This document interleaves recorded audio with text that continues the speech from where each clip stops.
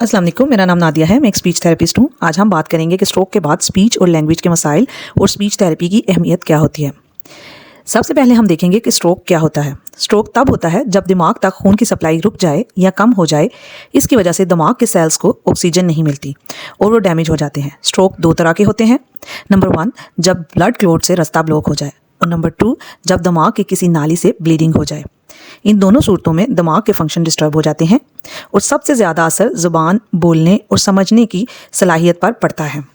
Stroke के बाद 3 major problem आ सकते हैं। अफेजिया यानी कि दिमाग के उन हिस्सों में मसला होना जिसमें जो कि लैंग्वेज और स्पीच से ताल्लुक़ रखते हैं, जैसा कि ब्रोका एरिया और वर्निकी एरिया।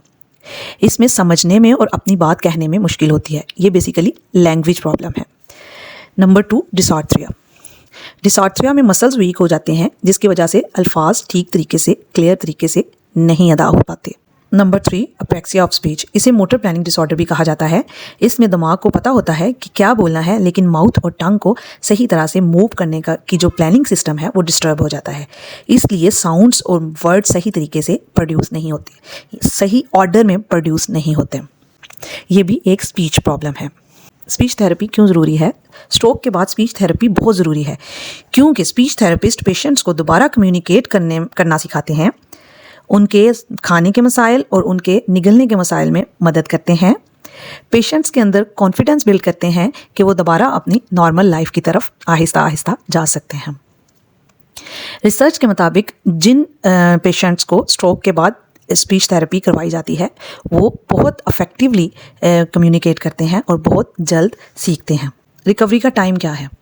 हर पेशेंट की रिकवरी का टाइम अलग होता है, लेकिन आमतौर पर पहले 3 महीने सबसे ज़्यादा प्रोग्रेस वाले होते हैं। 6 महीने तक बहुत बेहतरी आ सकती है। रेगुलर हो तो 1 साल या उससे भी ज़्यादा इम्प्रूवमेंट होती रहती है। कब स्पीच थेरेपिस्ट के पास जाना चाहिए? स्ट्रोक के फ़ौरन बाद स्पीच थेरेपिस्ट से रब्ता करना चाहिए और मशवरा लेना चाहिए। जब भी किसी बंदे को स्ट्रोक हो और वो ठीक होकर घर आ जाए हॉस्पिटल से, उसके सारे ज़रूरी टेस्ट जो भी उसकी ट्रीटमेंट्स हैं उसकी हो जाएं, तो उसके बाद आप पूरी तौर पर स्पीच थेरेपिस्ट से रब्ता करें।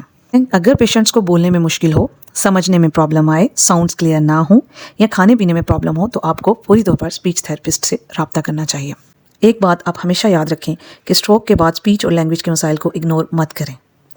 अर्ली स्पीच थेरेपी पेशेंट्स की ज़िंदगी को बेहतरीन बना सकती है और उनको दोबारा अच्छे तरीके से कम्युनिकेट करने के काबिल कर सकती है। ये बात आपने हमेशा याद रखनी है कि एज ए मुसलमान हमें हर बीमारी का इलाज ज़रूर करवाना चाहिए। अमूमन होता क्या है कि जब किसी को स्ट्रोक आता है, उसको थोड़ा बहुत मसाइल अगर बोलने में आते हैं तो हम उस चीज़ को इग्नोर कर देते हैं, लेकिन हम इस चीज़ को नहीं सोचते कि अगर वो बंदा प्रॉपर तरीके से कम्युनिकेट नहीं कर पाएगा तो वो आहिस्ता आहिस्ता दुनिया से कटता जाएगा।